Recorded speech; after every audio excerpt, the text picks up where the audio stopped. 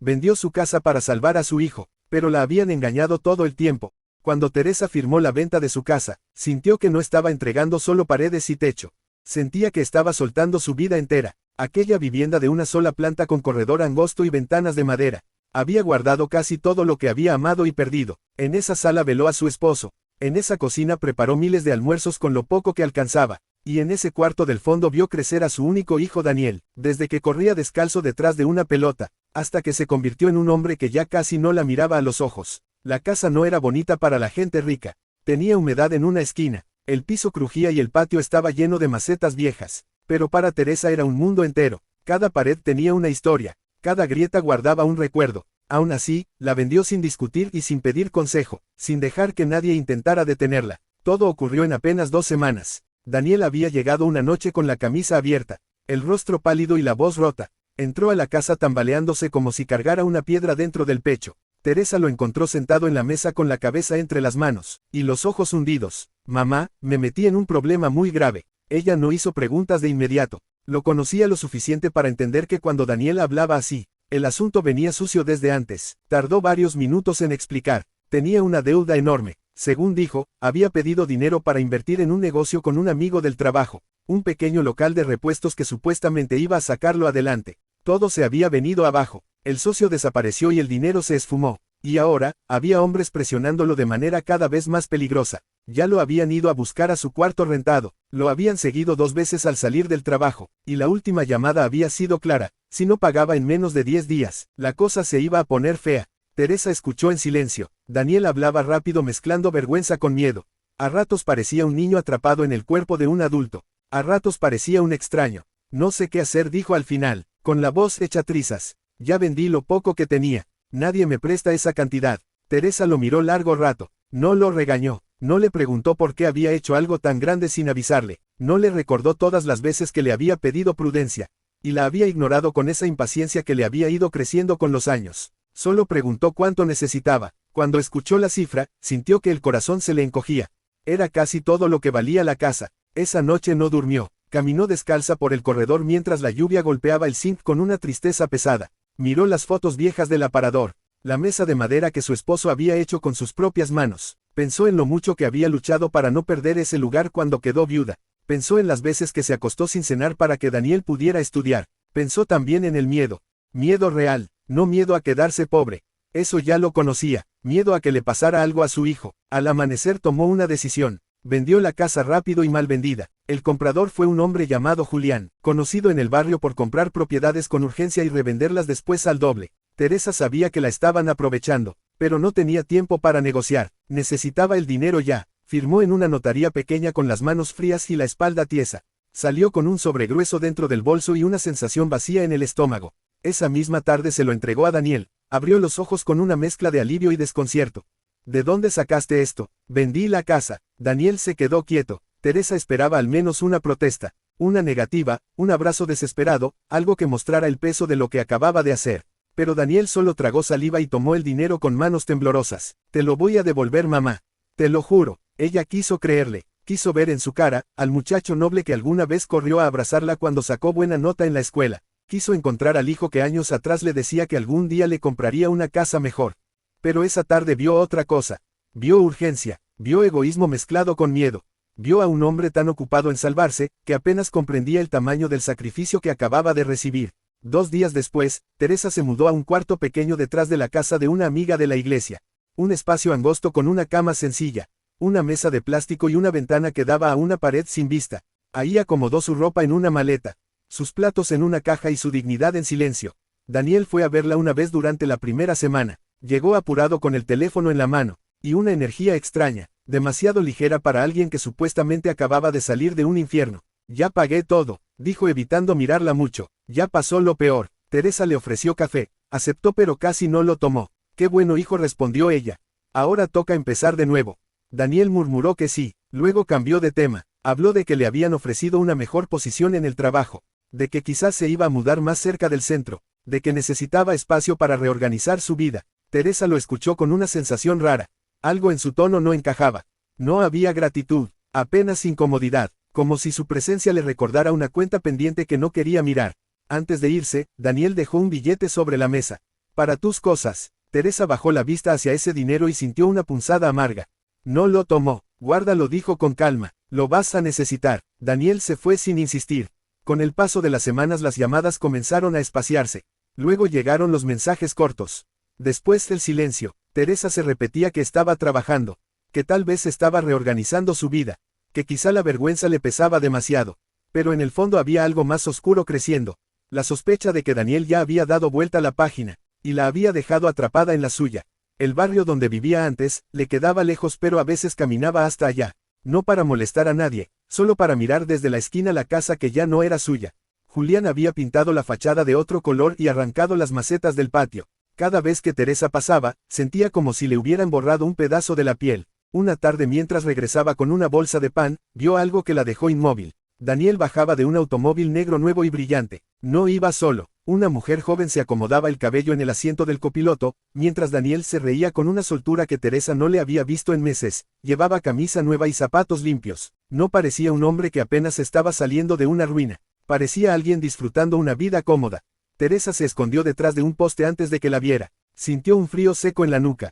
Observó cómo Daniel cerraba el auto con un control remoto, hablaba por teléfono y caminaba hasta una cafetería sin mirar atrás. La bolsa de pan casi se le cae de las manos. Esa noche, sentada en su cuarto, Teresa repasó cada detalle. El coche, la ropa, la tranquilidad. Algo no cuadraba. Si había estado tan hundido, ¿de dónde salía esa vida? ¿Cómo había pasado de estar perseguido a parecer más libre que nunca? Durante varios días intentó convencerse de que tal vez el trabajo realmente le había mejorado la situación.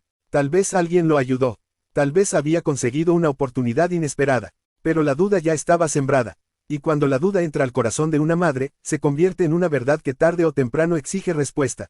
Una semana después, Daniel apareció de improviso. Llegó con un pastel pequeño y una sonrisa forzada. «Feliz cumpleaños, mamá». Teresa lo dejó pasar, se sentó y miró alrededor con una incomodidad que intentaba esconder. Y empezó a hablar demasiado, como quien necesita llenar el aire para evitar preguntas. Dijo que estaba muy ocupado, que el trabajo estaba exigente, que pronto todo iba a mejorar. Teresa lo escuchó en silencio hasta que ya no pudo más. «¿Ya tienes carro?» Daniel se quedó quieto. «Solo un segundo, pero a una madre un segundo le basta.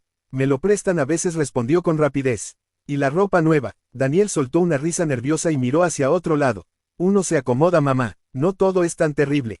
Teresa apoyó las manos sobre la mesa. «Daniel, mírame». Daniel tardó. Cuando al fin levantó la vista, Teresa sintió un golpe en el alma. Había culpa, había mentira, había algo más profundo que deuda y vergüenza. «Dime la verdad», pronunció ella. Daniel apretó la mandíbula. «Ya te dije todo». «No, me dijiste lo que necesitabas que yo creyera». El cuarto se llenó de un silencio pesado. Afuera se escuchaban perros ladrando y una radio lejana sonando desde otra casa. Daniel se puso de pie. «No vine a pelear. Yo tampoco vendí mi vida para que me mientas». La frase lo golpeó. Daniel bajó la cabeza, respiró hondo y durante un momento pareció a punto de hablar. Teresa sintió que la verdad estaba ahí, al borde de salir, pero en lugar de eso, Daniel tomó el pastel y lo dejó de nuevo sobre la mesa. Luego caminó hacia la puerta. «Perdóname, mamá, ahorita no puedo», y se fue. Teresa quedó sola mirando la puerta cerrada, con el corazón latiendo tan fuerte que le dolía. Esa noche decidió que ya no iba a esperar explicaciones. Si Daniel no le iba a decir la verdad, ella iba a encontrarla. 2 días después fue al antiguo barrio con la excusa de visitar a una vecina. Se sentó un rato a conversar y preguntó lo justo. Escuchó más de lo que habló. Fue entonces cuando una mujer del sector, de esas que lo ven todo desde la ventana, le soltó una frase que le cambió el aire. «Tu hijo anda metido con gente grande ahora. Lo he visto varias veces entrando a la oficina de Julián». Teresa frunció el ceño. «Julián, el que compró mi casa». «Ese mismo. Y no solo eso, dicen que se entienden muy bien desde antes». Teresa sintió un zumbido dentro de la cabeza. Desde antes. Aquellas 2 palabras cayeron como piedra. Regresó a su cuarto caminando lento con una mezcla de rabia, dolor y miedo que apenas podía sostener. Si Daniel conocía a Julián desde antes, entonces muchas cosas podían ser mentira. Tal vez la urgencia por la deuda, tal vez el peligro, tal vez todo. Esa noche sacó una caja vieja donde guardaba papeles importantes. Revisó documentos, recibos, copias de la venta y una libreta donde apuntaba gastos desde hacía años. Al fondo encontró algo que no recordaba haber guardado, una tarjeta doblada con el nombre de Julián y un número escrito a mano. Detrás había una frase garabateada que la dejó helada. «Habla con Daniel, ya sabe cómo hacerlo». Teresa se quedó mirando esas palabras durante un largo rato. Las manos comenzaron a temblarle. Si aquello significaba lo que estaba pensando, la venta de su casa no había sido un sacrificio obligado. Había sido una trampa, y lo peor de todo no era la pérdida del techo. Lo peor era la posibilidad de que su propio hijo hubiera estado dentro desde el principio.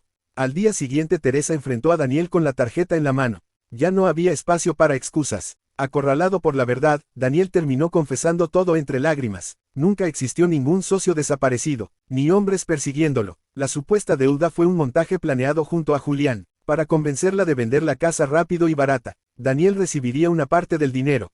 Y además Julián le prometió ayudarlo a entrar en un negocio de compra y venta de propiedades. Usaron el miedo de una madre como herramienta, convencidos de que Teresa jamás sospecharía. Lo que Daniel no sabía era que Julián también lo estaba usando. Todo estaba preparado para dejarlo fuera en cuanto la casa quedara totalmente remodelada y revendida. Teresa no gritó, solo la tristeza tan profunda que la dejó sin aire.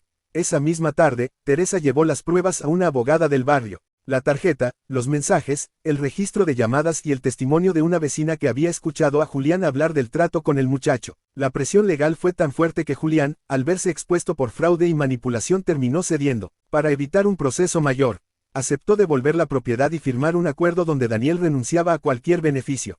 Teresa recuperó su casa, pero Daniel perdió algo mucho más grande: el respeto de la única persona que siempre lo había amado sin condiciones. Pasaron los meses y la vida le dio a Daniel la lección más dura. La mujer que lo acompañaba se fue. El supuesto negocio se derrumbó y terminó solo. Sin dinero, sin orgullo y sin nadie que creyera en su palabra. Teresa, en cambio, volvió a abrir la puerta de su casa con la frente en alto. No lo echó de su vida para siempre, pero ya no volvió a salvarlo de sus propias decisiones. Daniel tuvo que empezar desde cero trabajando de verdad, entendiendo demasiado tarde que una madre puede darlo todo, pero cuando traicionas un corazón de esa manera, la herida deja marca para toda la vida. Y fue justo en esa soledad, viendo desde lejos la casa que una vez vendió con engaños, donde Daniel entendió la verdad que lo partió en dos. No había perdido una propiedad. Había estado a punto de perder a su madre para siempre. Años después, Daniel volvió a tocar esa misma puerta, ya sin mentiras y sin orgullo, con las manos vacías. Teresa abrió y lo miró en silencio, y esta vez no vio al hombre ambicioso que la traicionó. Vio a alguien finalmente derrotado por la verdad. No hizo falta un gran discurso, bastó un abrazo breve y honesto, para cerrar una herida que había tardado demasiado en cicatrizar. Teresa recuperó su casa, su paz y algo todavía más valioso: la certeza de que su amor no fue débil, fue tan grande que incluso sobrevivió a la peor decepción. Esta historia deja una lección poderosa: amar no significa permitirlo todo, y perdonar no significa olvidar lo que dolió. La verdadera grandeza de Teresa no estuvo solo en sacrificarse, estuvo en poner límites sin perder su humanidad, y justamente ahí está la inteligencia más profunda de este final.